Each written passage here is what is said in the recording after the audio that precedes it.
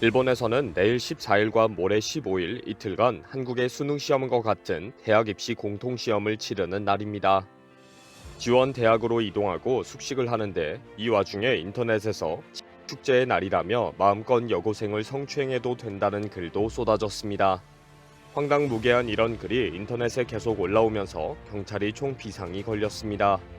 일본에서는 전철 내 성추행이 일상적으로 이루어지고 있다고 해도 과언이 아닙니다. 그런데 여고생 수험생을 대상으로 마음껏 그런 짓을 해도 괜찮은 날이 오늘 내일이다 라는 주장이 올라온 것입니다.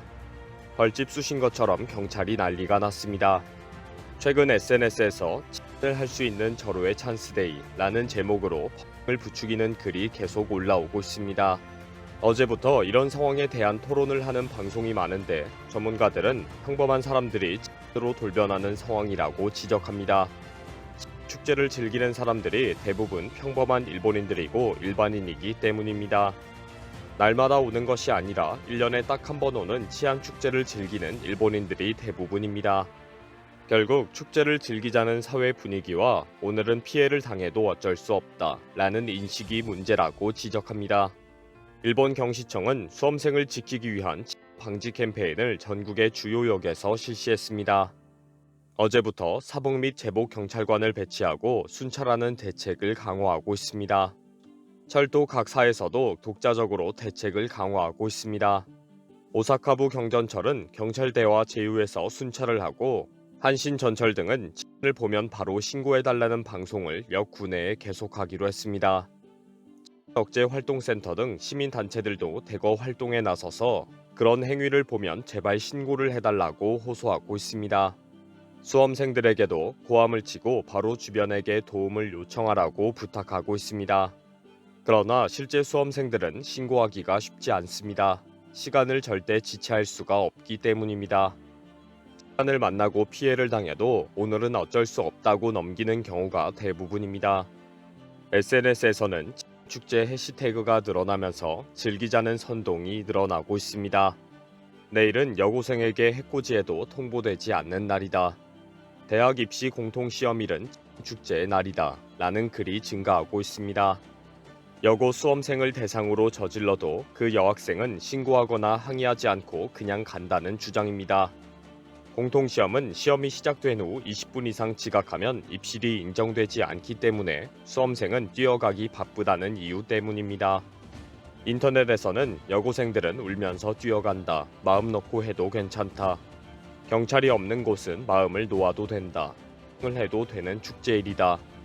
나는 내일 아침부터 바쁘다. 라는 식의 예고글이 계속 올라오고 있다는 것입니다. 일본 경찰은 지하철역의 역이나 개찰구에서 감시하기로 했고 역 주변에는 적색등을 켠 채로 순찰차가 계속 순회하도록 했습니다.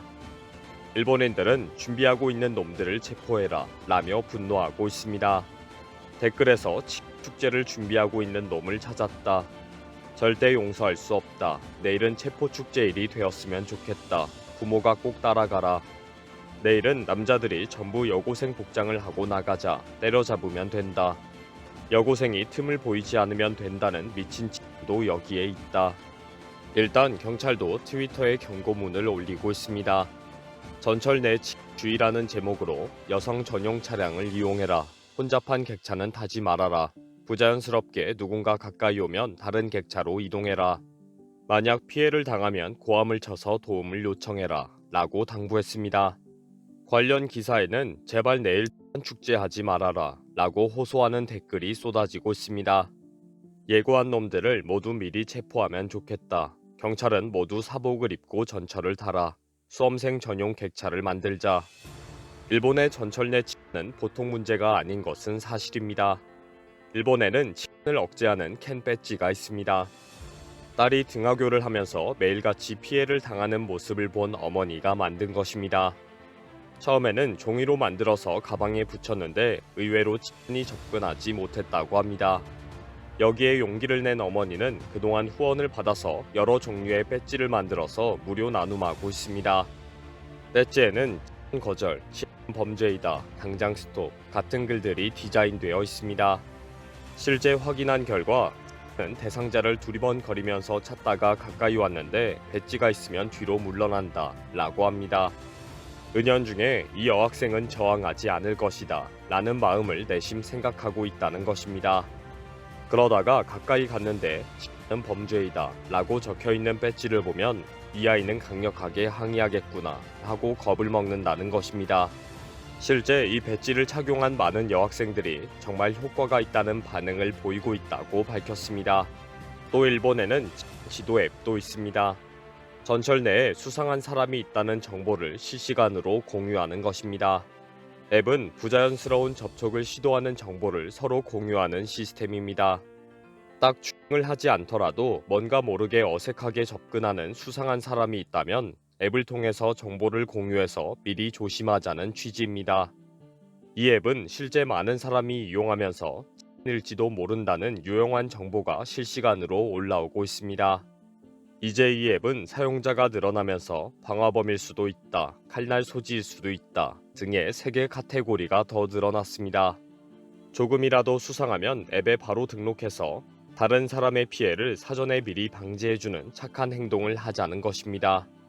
일본 경찰은 축제 외에도 비상 상황에 대비한 대책을 강화하고 있습니다.